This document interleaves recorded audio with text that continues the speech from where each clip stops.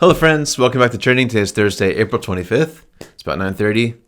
Good morning, Joe. How's it going? We're back at it, man. Back at it. You doing all right? Yes. Good. Yes. Yeah. We're not going to talk about this, but today's NFL Draft Day. Kind of a big day in the sports world, but we won't go too deep into that. But do you have any? Are you excited about it? Are you going to watch it? Who are you excited of quarterbacks. about? I would love to watch it, but we've got wedding weekend. Yes. Jim Tarbutton, our middle school director's getting married this weekend. Rehearsal tonight. Wedding tomorrow. Congrats, Jen and Hayden. Yeah. So cool. I will be a little bit out of pocket. I'm sure my ESPN will be going like for all night long. So, nice. Anyways, I'll have to catch it there. Big day in sports land. Yeah, man. Okay, well, there's a lot going on in the world today. Well, if you're kind of new, what we try to do is we take a kind of a topic in faith culture and try to weave in our faith wherever we can, try to pull out some lessons that we can learn. So I'm bringing one that is very relevant to my life, but maybe not so relevant to you. Okay, let's do it. And some of you are probably going to know all about this, and some of you are going to know nothing about this. This is a zero-sum episode. This is a phenomenon that you either know a lot about or nothing about. That's right. And today we're going to talk about the phenomenon of Bluey. Bluey. If you don't know Bluey is a kids cartoon on Disney Plus. It is originally from Australia, so all the characters have Australian accents, and it follows a family of dogs, healer dogs. It's a mom and dad and two daughters. Okay. Bluey and Bingo. Okay.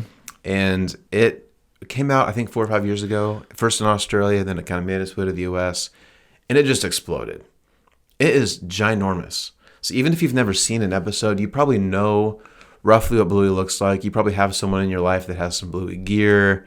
It's one of those things that seem to just blow up and just take over American culture. So your kids are a lot older than mine, but you're at least aware of Bluey. Is that fair to say? Yeah, like when you were watching Bluey, we were watching Loki. Yes. So, okay. Nice. I mean, it's the same streaming network, but anyways, yeah. So it's just this phenomenon. So if you have young kids or if you have grandkids, you've probably seen almost every episode of Bluey, probably multiple times. Mm-hmm. So it's just this phenomenon that just took off. And so one of the reasons why it's so popular, I think, is that kids love it. It's a great show for kids.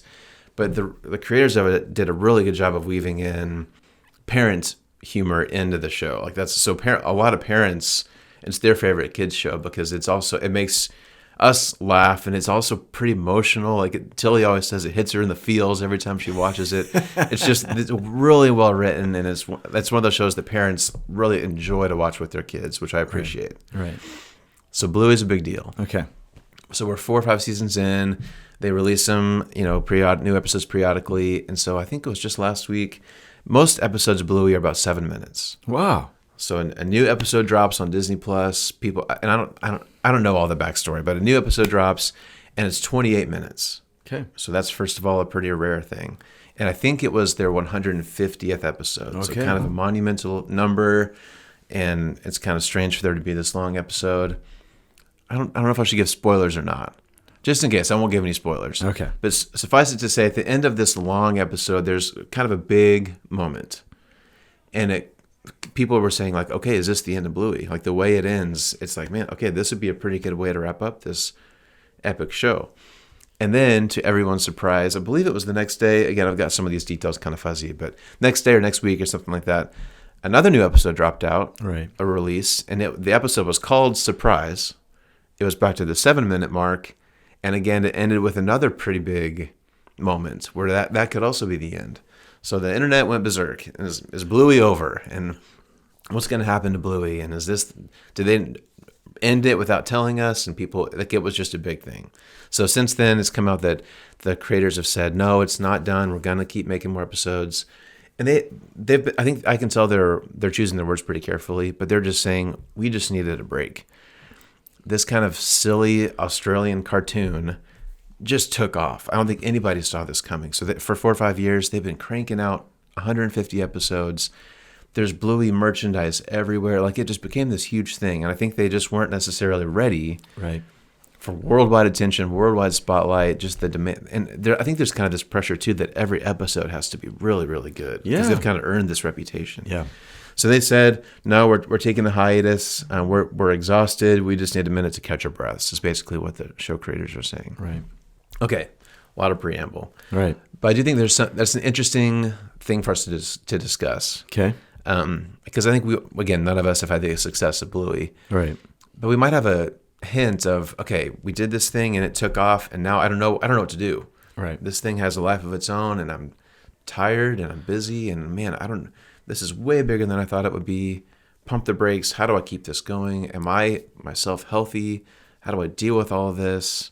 So again, you and I haven't experienced to that degree, but I understand that thought of I need to pump the brakes. Is this what I want? Is this the life I want? Is this the pressure I want to deal with every day? So I just educated you a lot about Bluey. Right. What are your first thoughts about that? I mean, on the one hand, like, isn't this what every creator wants? Like, they would love to have their artwork, their idea to be noticed, and not just noticed by a lot. Yeah. And so on the one hand, I bet along the way, like that core team was going, this is what we signed up for. Like, this is great. And it's the dream. Out of all, and particularly in an era where there's so much out there. I mean, streaming services have really made TV, quite challenging to get anything new through. And so when something does, I think it needs to be aptly celebrated, because it not only did it create something probably in the zeitgeist, that's something that people wanted to hear and to experience, but it kind of like it got there either earlier or more clearer than others who were trying to get there too. Yeah. And so I'm sure like they were torn, pulled in two directions. Direction number one is just being real about how these are dreams realized. Yeah. And how far is the dream going to go? How much gas is in this tank? Yeah. Right. On the other hand, like I'm going to sabotage it somehow. Like this is getting too big for me. Obviously there's more expected of me than I thought when I signed up for this thing. And so, yes, I don't think trending will ever get that, to that such great height. But I think every creative has this thing in mind. And then maybe the successful creatives have to begin to reckon with, like, what do we do when we get there, or at least part of the way there? Yeah. Are we going to be out of our depth? Are we going to be able to handle it? Is it going to turn me into something that I never dreamed that I'd become, right? Like, so all those are spiritual questions in my mind. Yeah. It has to do with the depth of one's soul. Yeah. And I think that's something, it's just interesting to see that the writers of Bluey decided, you know what? At least what it appears to be, that like we don't want to fake it till we make it type of thing, because who knows what this is going to turn us into, or what's going to turn Bluey into, right? This thing that we've birthed into the world, more or less. So I think it's praiseworthy that they're stopping, even though it's probably going to come at the expense of their popularity, the patience of raving fans, so on and so forth. I mean, we saw this with J.K. Rowling in the wake of Harry Potter. I mean, she created this ecosystem where kind of like the odd people in social circles could resonate. They found agency.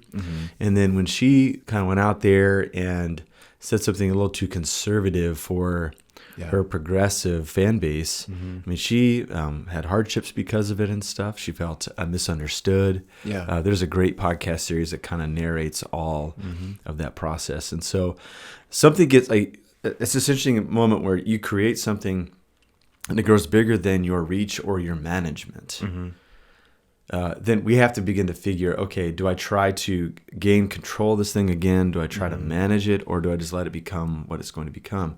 Including saying Bluey could survive for another 400 episodes, and our careers could be rewarded handsomely because of it. Or is it just to call it what it is, stop it at 150, and then take a breath and say, should it end here, or do we truly have another avenue forward? That's why I admire, I like Ted Lasso more than the average person. That's why I admired Ted Lasso and their writers and creators, because they had 3 seasons of a story. Yeah.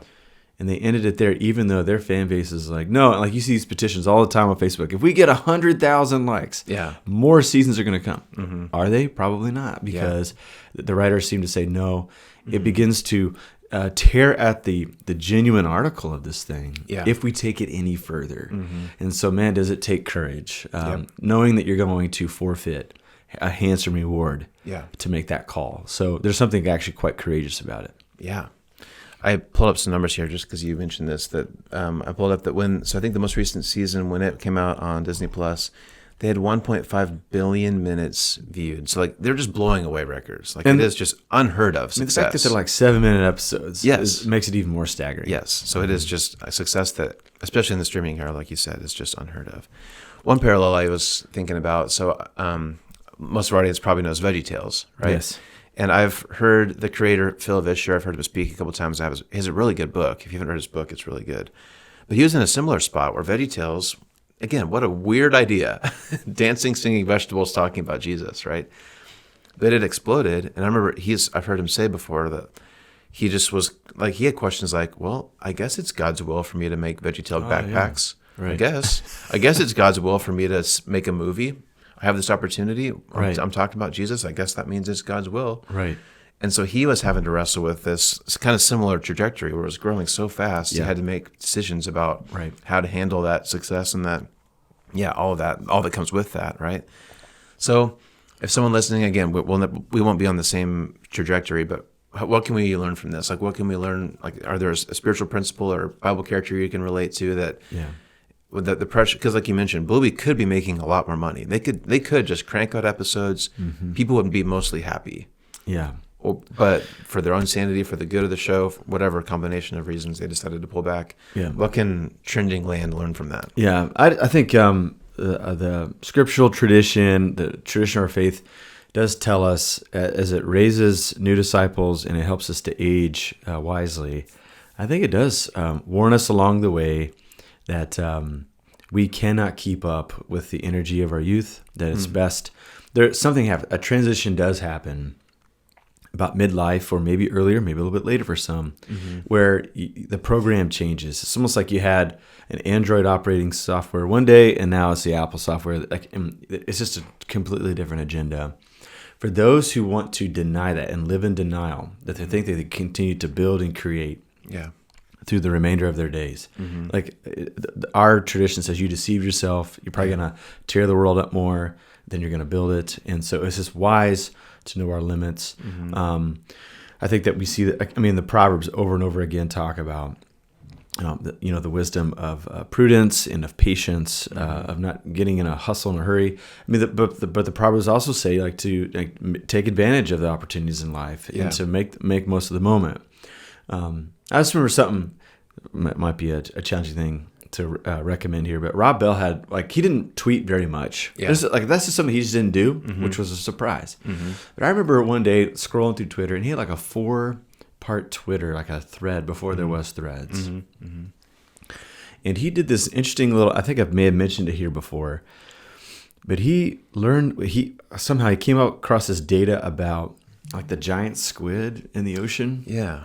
How its esophagus tube is quite small and has to pass through its brain before the food that it eats goes into its stomach. Mm-hmm. And that seems to be a critical design because these things are monsters. Yeah. On the outside, you think they can inhale anything. Mm-hmm. A school bus, they can inhale it. Yeah. But in the inside, if they do too much, they will rupture their brain, which is connected to the optic nerves. They're going to lose their sight because of it, because they just simply took on too much. And all Rob Bell said at the end of the tweet was, consider the giant squid. Kind of like the Proverbs say, consider the ant, right? Yeah, yeah. I just think in the same way, I think it's a cautionary tale for human beings too. Mm-hmm. We can only handle X amount. And I don't know, we're not told that. We don't have an instruction manual with our life. We'll be able to maintain. But I think that there's some warning signs that we're losing the margin. Yeah, that we're losing our grip on something, and to deny those signs and to keep on moving. I think that's when we do damage to us, and we do damage to the world around us.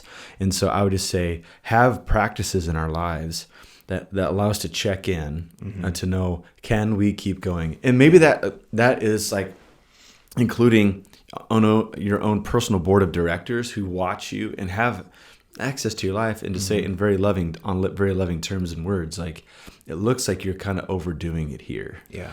And you might need to scale back. And this is maybe this is hard to hear. Yeah. But I just see warning signs ahead. A couple days ago, I saw a quote from Confucius, not a Christian, but I think it's a worthy word of wisdom. He says, "The man who tries to chase 2 rabbits will get none." Mm-hmm.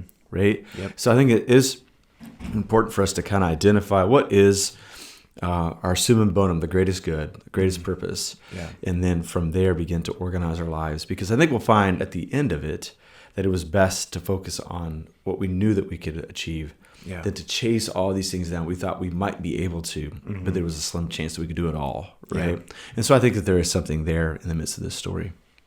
I remember, this is probably several years ago now, but I remember here at Ridgepoint for a while, we did a sermon series called Enough.